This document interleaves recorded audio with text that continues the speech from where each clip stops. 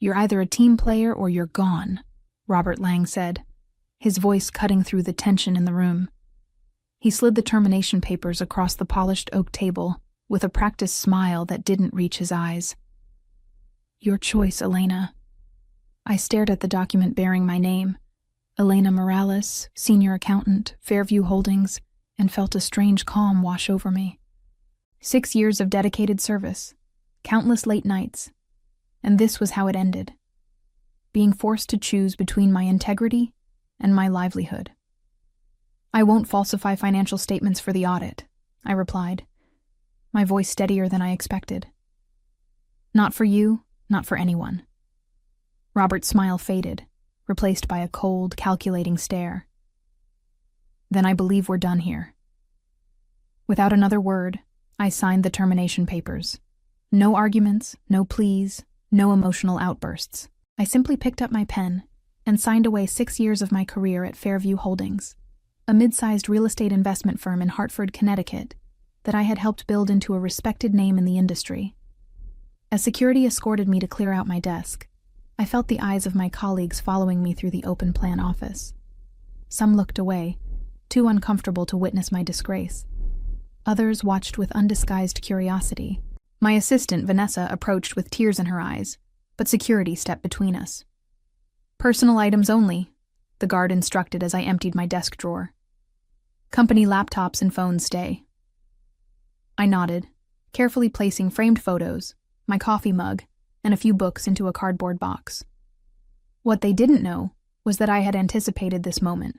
For months, I had been documenting every questionable directive, archiving incriminating emails, and taking screenshots of Slack conversations where executives discussed massaging the numbers and creative accounting for the upcoming audit. At 39, I was too experienced to be naive. When the pressure to adjust financial records began 3 months ago, I knew exactly where it was heading.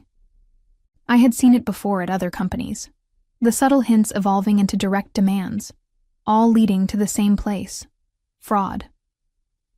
As I walked through the lobby for the last time, box in hand, I caught my reflection in the glass doors. My dark hair was pulled back in its usual neat bun, my expression composed despite the turmoil within. I wasn't just leaving a job. I was standing at the precipice of a moral decision that would ripple through many lives, including my own. Tomorrow would be different. Tomorrow I would show Robert Lang and the entire executive team what happens when you fire the one person who knows where all the bodies are buried, the person who did things by the book, no exceptions. My condo in downtown Hartford had always been my sanctuary, but that night it felt more like a war room. Spread across my dining table were printed copies of emails, financial statements, and meeting notes, physical backups of the digital trail I had meticulously preserved over the past few months. I had always been the careful one, the meticulous record keeper. It was both my greatest professional strength and, according to my ex-husband Jason, the reason our marriage had failed 3 years ago. "You're too rigid," he had said during our last argument. "Life isn't a balance sheet, Elena." Perhaps he was right about life, but in accounting, precision was everything. And right now, precision was my only weapon.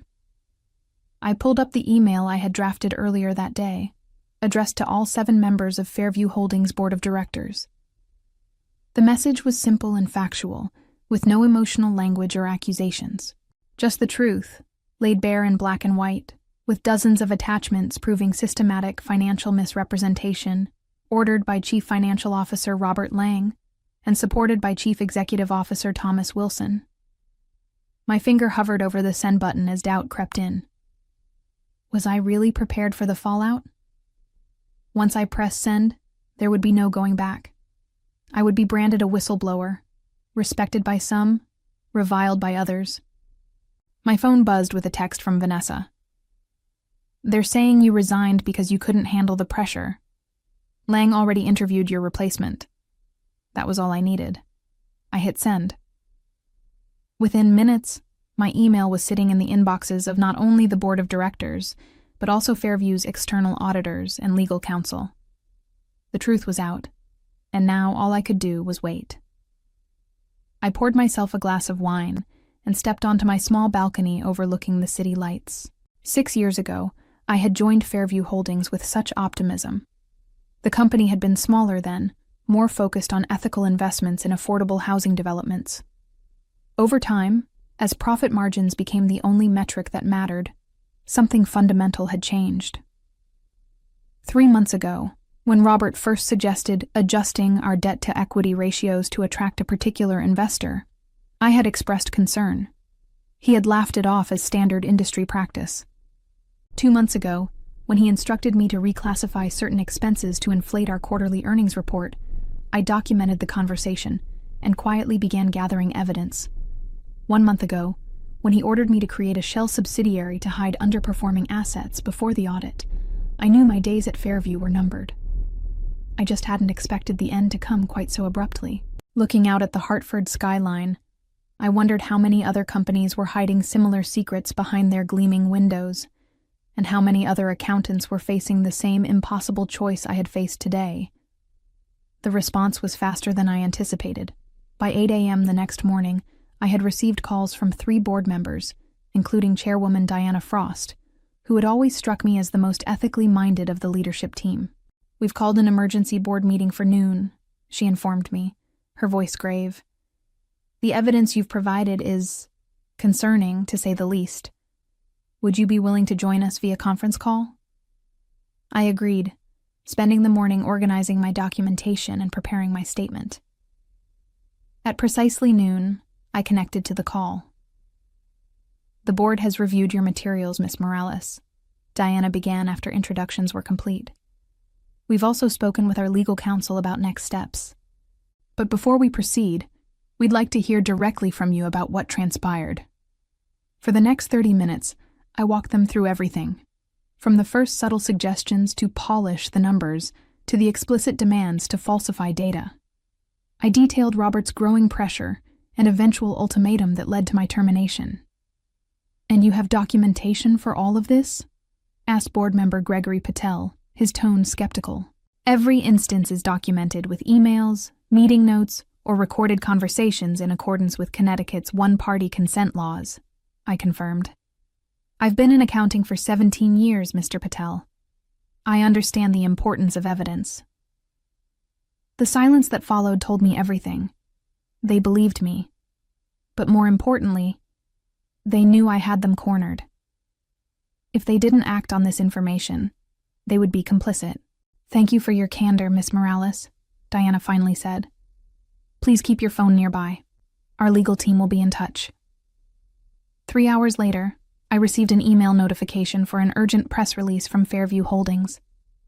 The statement announced the immediate suspension of Robert Lang and CEO Thomas Wilson, pending a full independent investigation into alleged financial improprieties. The company had also self-reported to the Securities and Exchange Commission and would be cooperating fully with any regulatory inquiries.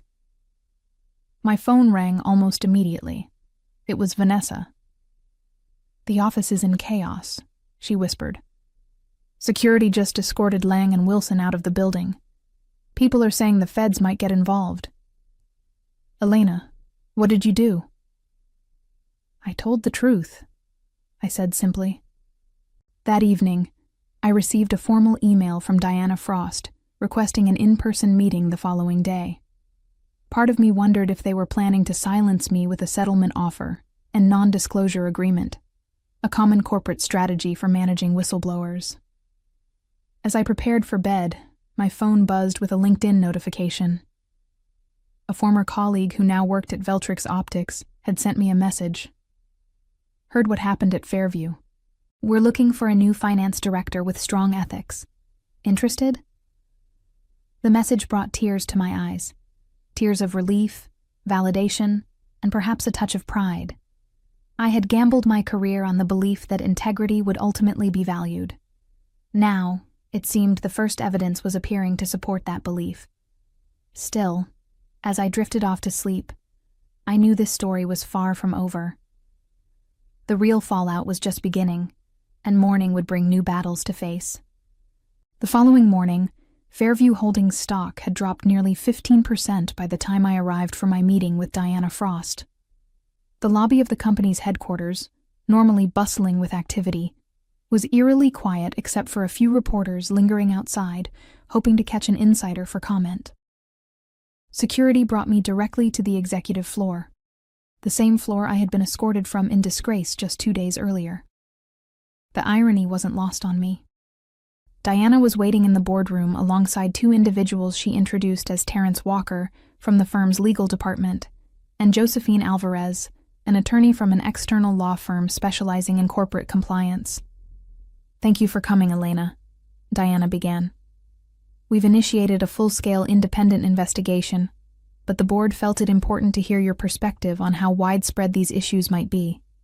"Before we begin," Josephine interjected, "I want to clarify that Miss Morales is here voluntarily and should be treated as a whistleblower protected under federal law, not as a hostile party." I appreciated the attorney's directness, though I suspected her concern was more about limiting Fairview's liability than protecting me. "Of course," Diana agreed smoothly. "Elena, we value your 18 years of experience in financial compliance and hope you can help us understand the full scope of what we're dealing with." 17 years, I corrected automatically. It was a small detail, but in my world, precision mattered.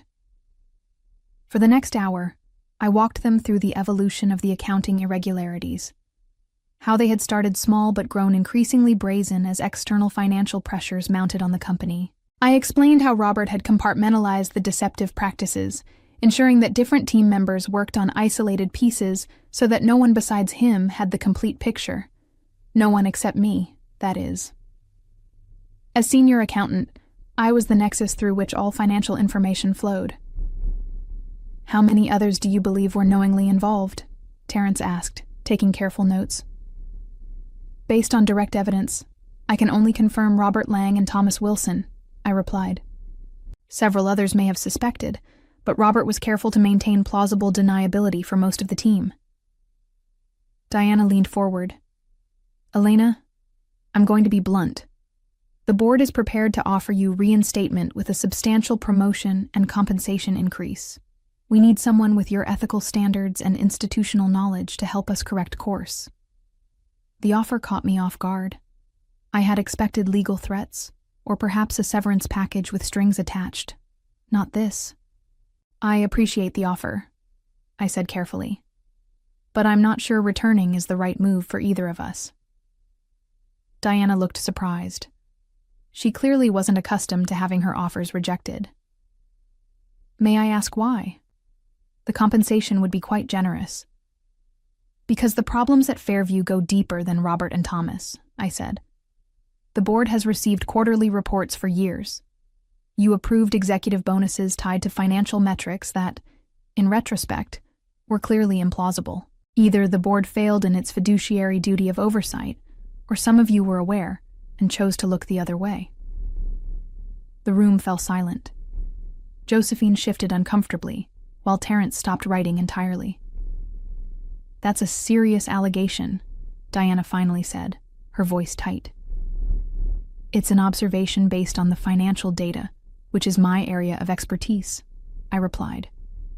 "And it's why I believe my credibility as a whistleblower would be compromised if I returned to Fairview's payroll."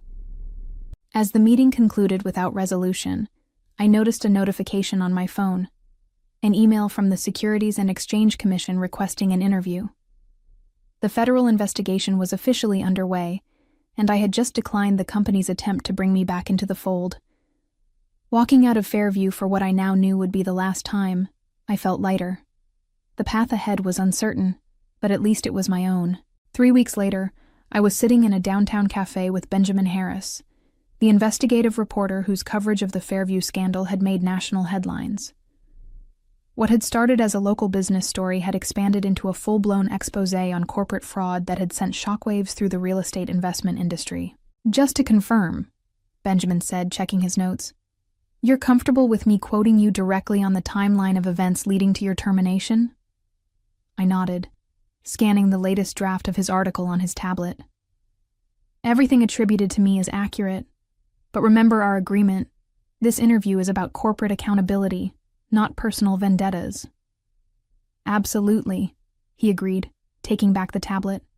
Though readers love a personal angle, any interest in sharing how it felt to watch Fairview's stock drop 30% since the scandal broke?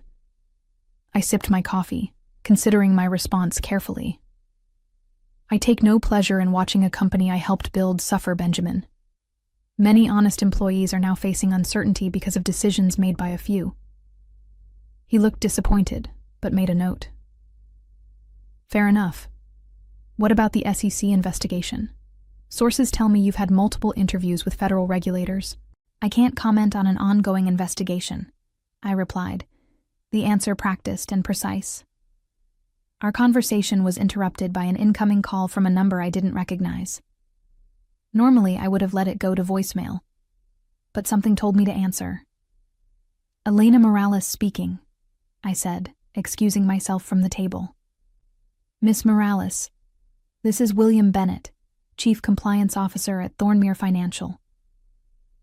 The name of one of Fairview's largest competitors immediately caught my attention.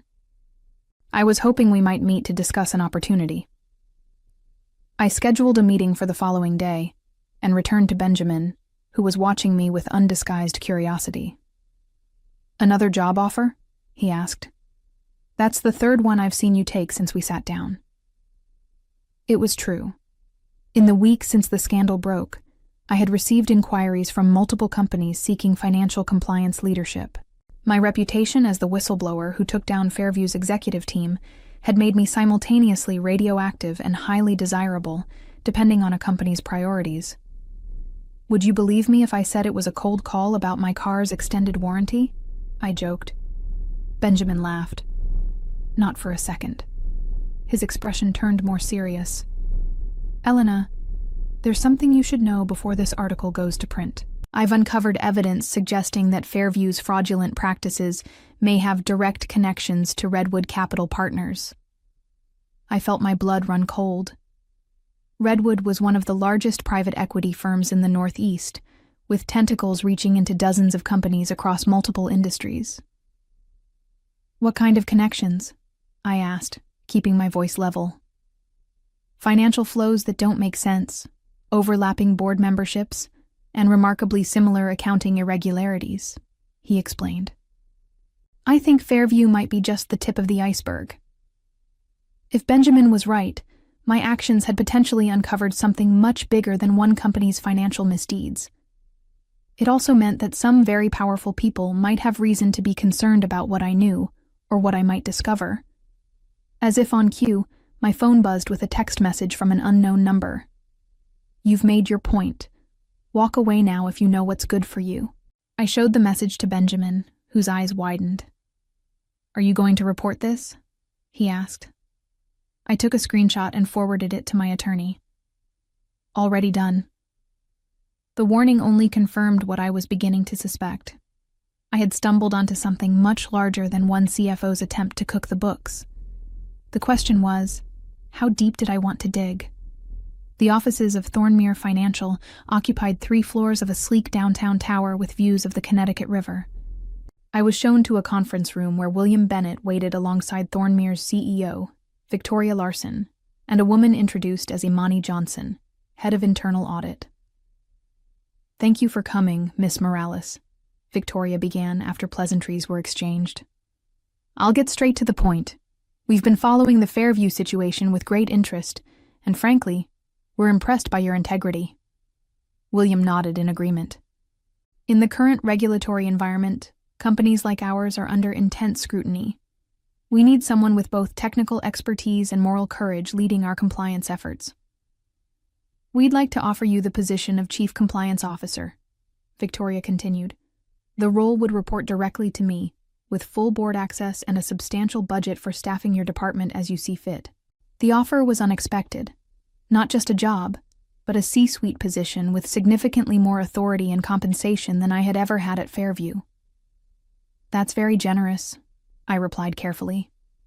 May I ask what prompted such a substantial offer to someone you've just met? Victoria and William exchanged glances. Honesty? Fear, Victoria admitted. Not of you, but of being the next Fairview. The regulatory landscape is changing, and we need someone who can ensure we're not just compliant on paper. Also, Imani added, speaking for the first time. I reviewed your work when we competed with Fairview on the Westridge development project last year. Your financial models were impeccable. Talent like yours is rare. Their transparency was refreshing, but something still felt off. The offer was too perfect, too quickly extended to someone at the center of an ongoing scandal. Before I consider your offer, I said, I need to ask a difficult question. What is Thornmere's relationship with Redwood Capital Partners? The atmosphere in the room shifted instantly. Victoria's smile faltered ever so slightly, while William's posture stiffened. They're a minority investor in some of our development projects, Victoria answered carefully. Why do you ask? Because I've received information suggesting Redwood may be linked to the same financial irregularities I uncovered at Fairview, I replied, watching their reactions closely. And I've recently received what could be interpreted as a threat warning me to stop investigating. Imani leaned forward, her expression grave. What kind of threat? I showed them the anonymous text message. This is concerning, William said after a moment, but I'm not sure what it has to do with our job offer. Everything, I countered. If I were to accept this position, I would need complete independence to investigate any potential issues, regardless of who they involve, including major investors. Victoria was quiet for a long moment before responding. Elena, let me be candid. We're offering you this position because we want to ensure Thornmere doesn't become the next financial scandal headline. If you have concerns about Redwood, that's something we should know about. Or, I suggested, you already know about Redwood's practices, and you're offering me this position to keep me close and controlled. The silence that followed was telling. I think we're done here, I said, gathering my belongings. Thank you for your time. As I walked toward the elevator, William caught up to me. You're making a mistake, he said quietly. We genuinely need someone like you. Then prove it, I replied. Start by ordering a full internal audit of any projects involving Redwood, conducted by an independent firm with no ties to either company. When that's complete, we can talk again. I stepped into the elevator, leaving William looking thoughtful in the hallway. As the doors closed, I couldn't help but wonder, was I turning down a legitimate opportunity, or had I just narrowly avoided walking into a trap set by the very people I was now investigating? The SEC investigation moved with surprising speed. 6 weeks after my initial whistleblower report, I sat in a federal building conference room alongside my attorney, watching as Special Agent Diaz laid out the charges being filed against Fairview's former executives. Robert Lang and Thomas Wilson will be charged with securities fraud, filing false financial statements and conspiracy, he explained, based largely on the evidence you provided, Miss Morales. My attorney, Layla Jackson, nodded approvingly. And the board members? 2 board members, including former chair Diana Frost, are being charged with failure to perform fiduciary duties and willful blindness, Agent Diaz continued. The investigation into Redwood Capital is ongoing and complex. I understood the subtext. Redwood had powerful connections and armies of attorneys. That investigation would take much longer and face significant resistance. What happens now? I asked. Now we prepare for depositions and potential trial testimony, Layla explained. And you consider what you want your next steps to be professionally. That question had been weighing on me. I had received no shortage of job offers, but after the Thornmere experience, I was wary of walking into another potentially compromised situation. Agent Diaz slid a business card across the table. When you're ready, there's someone at the Financial Crimes Division who would like to speak with you about a consulting role. Your expertise would be valuable. I took the card, surprised. Working with federal regulators hadn't occurred to me, but it made a certain kind of sense. Who better to help catch financial criminals than someone who had exposed them from the inside? As we left the building, Layla handed me a folder. The final whistleblower award determination came through. The SEC is awarding you 15% of the penalties assessed against Fairview. I opened the folder and nearly stumbled on the steps.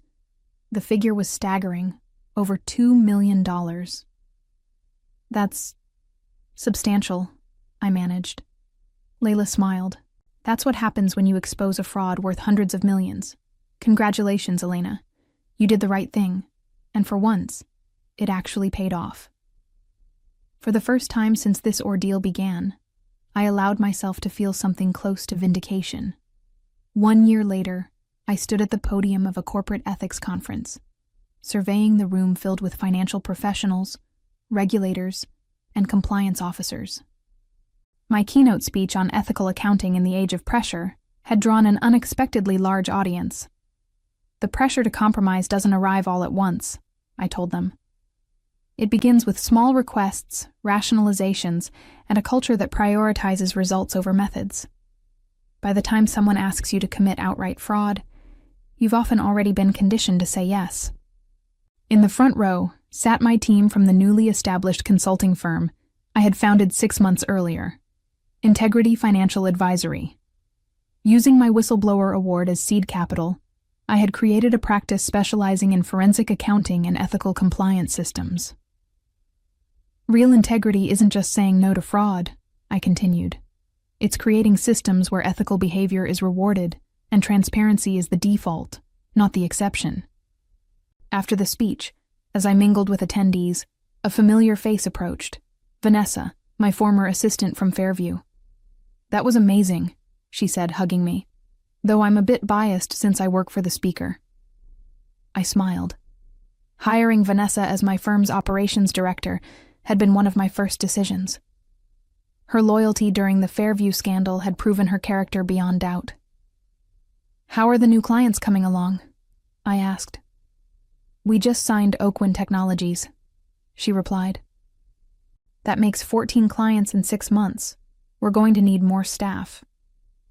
We'll find them, I assured her. The right people who value integrity over convenience. As we chatted, I noticed Robert Lang's name trending on my phone's news alerts. The headline was succinct.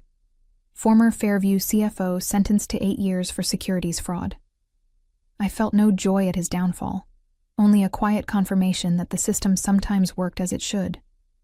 Justice, like proper accounting, had finally balanced its books. My revenge hadn't been about destroying careers or seeking personal vindication. It had been about truth, showing that in the world of finance, as in life, integrity is the only currency that never devalues. In the wake of the scandal, I had not only rebuilt my career but transformed it into something more meaningful. While Fairview struggled to recover under new leadership, I was helping other companies avoid similar fates. Sometimes the best revenge isn't destroying your enemies, but building something better from the ashes of what they took from you.